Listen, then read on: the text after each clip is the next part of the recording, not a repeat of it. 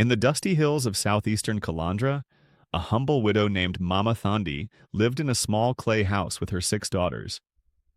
Her days were filled with hard labor, washing clothes, sweeping streets, and cleaning the homes of the rich. Life was not kind to her, but she never complained. Her only hope was to raise her daughters with dignity, strength, and self-respect. Her late husband Kofi had passed away many years ago, leaving her with a young son from his first marriage. His name was Baraka. Mama Thandi raised Baraka like her own, never letting him feel the absence of a mother. The girls, too, loved Baraka and called him brother with full hearts. He was quiet, reserved, and always stayed at home. Everything seemed peaceful until the storm came. It all began when Zena, the eldest daughter, began to fall ill. She became weak, dizzy, and pale. Mama Thandi thought it was just fatigue from the summer heat, but one morning Zena fainted. She was rushed to the local clinic. The doctor ran some tests and finally said something that crushed Mama Thandi's world. "She's expecting a child." The words hit like a hammer. Mama Thandi's feet grew cold. Her daughter, barely 17, was not even married, had never spoken to a man outside the family. She pulled Zena aside, cried, begged, scolded, and demanded to know the truth. But Zena could only sob and whisper, "Mama, I don't know how this happened. I swear I've never done anything wrong. I've never even left the house alone." Days turned into silence.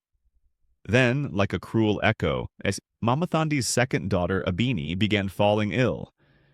Her face turned pale. Her energy faded. Mama Thandi's heart raced with fear, but she already knew what the clinic would say. And she was right. She is also expecting. The village began whispering. Is it cursed blood? Are they hiding something? Where is their honor? But Mama Thandi remained silent. Her pride was torn, her eyes hollow, but her belief in her daughters was unshaken. When her third daughter Layla, too, began to show signs of sickness, Mama Thandi broke.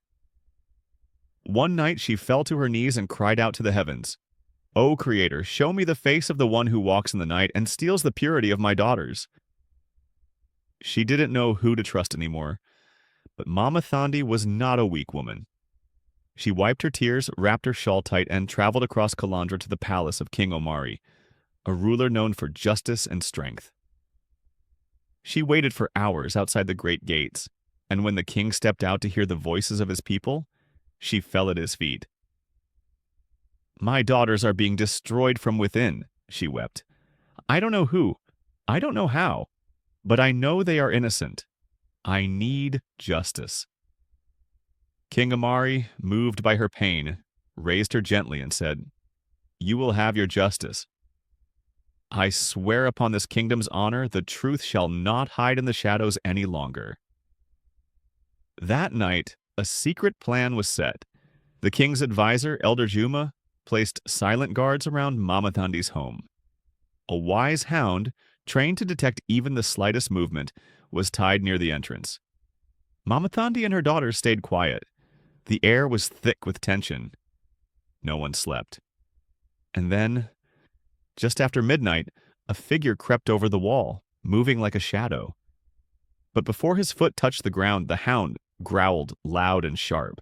The girls screamed. The guards rushed in. The man ran, but he didn't get far. When the mask was pulled from his face, Mama Thandi's body froze. It was Baraka, the one they had called brother, the one they had trusted. He had betrayed them. In the morning, the royal court gathered in silence. The entire village was there. Baraka knelt before King Omari, his face full of shame. Mama Thandi and her daughters stood behind a veil, silent but strong. The king rose, sword by his side, and looked down at Baraka. "You were raised among queens," the king said. "You were given a home, a family, a mother who loved you as her own. And yet, you chose to become a shadow in the night, breaking what was never yours to touch." Baraka bowed his head. He confessed, "My heart grew dark with jealousy. I knew they would marry and leave. I would be alone. I I let my mind rot. I didn't deserve their kindness, and now I deserve the punishment. King Omari did not raise his sword that day. Instead, he said, "You will live. You will serve. And for the rest of your life, you will work for the women of this kingdom, build their homes, carry their water, and protect their safety with the very strength you once used for wrong." Baraka was taken away in chains.